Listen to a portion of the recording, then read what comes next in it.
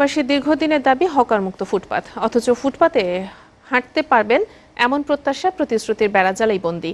তবে এবার বিষয়টি আমলে নিয়েছেন আদালত। সিলেট জেলা আইনজীবী সমিতির করা আবেদনের প্রেক্ষিতে হাকিম আদালত 7 দিনের মধ্যে ফুটপাত অবমুক্ত করতে নির্দেশ দিয়েছেন। আদালতের নির্দেশে টনক নড়েছে প্রশাসনের। শুরু হয়েছে হকারদের আশ্রয়দাতাদের তথ্য সংগ্রহ। শ্যামানন্দ শ্যামলের ক্যামেরায় রিপোর্ট করছেন আব্দুল আলিম শাহ। সিলেট সিটি কর্পোরেশনে প্রায় 200 কিলোমিটার ফুটপাতের মধ্যে 150 কিলোমিটার হাঁটার উপযোগী হলেও বাস্তবে এই তথ্যের মিল খুঁজে পাওয়াই যায় না।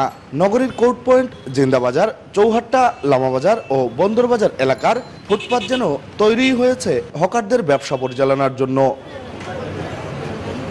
জেলা প্রশাসকের কার্যালয়, পুলিশ সুপারের কার্যালয়, কোর্ট চত্বর, সিটি কর্পোরেশন, পুলিশ ফাঁড়ি সবখানেই হকারদের দখলে ফুটপাত।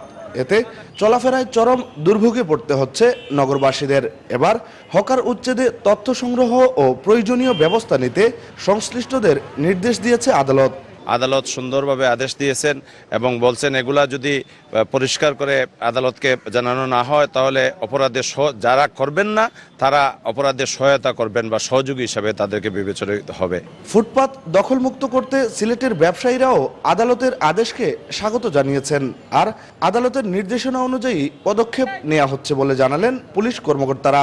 হকারের ব্যাপারে যেটা সাধারণত আমাদের বন্দর বাজার, মধুবন মার্কেট এবং এই আশেপাশে আদালত চত্বর, পুলিশ সুপারের কার্যালয়, কোর্ট চত্বর, জেলা প্রশাসকের কার্যালয় যেগুলো আছে সেগুলোর ব্যাপারে আমরাও চাই যে এখানে হকার না থাকে। এই নগরবাসীর সবারই আকাঙ্ক্ষা ছিল, বিশেষ করে ব্যবসায়ীদের।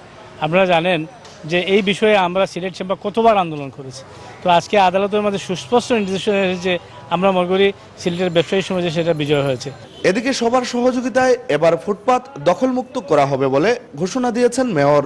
যারা সামাজিক দায়িত্ব যাদের আছে এবং এখানে জনগণও এই কাজে এগিয়ে আসতে হবে, সকলকে সহযোগিতা করতে হবে।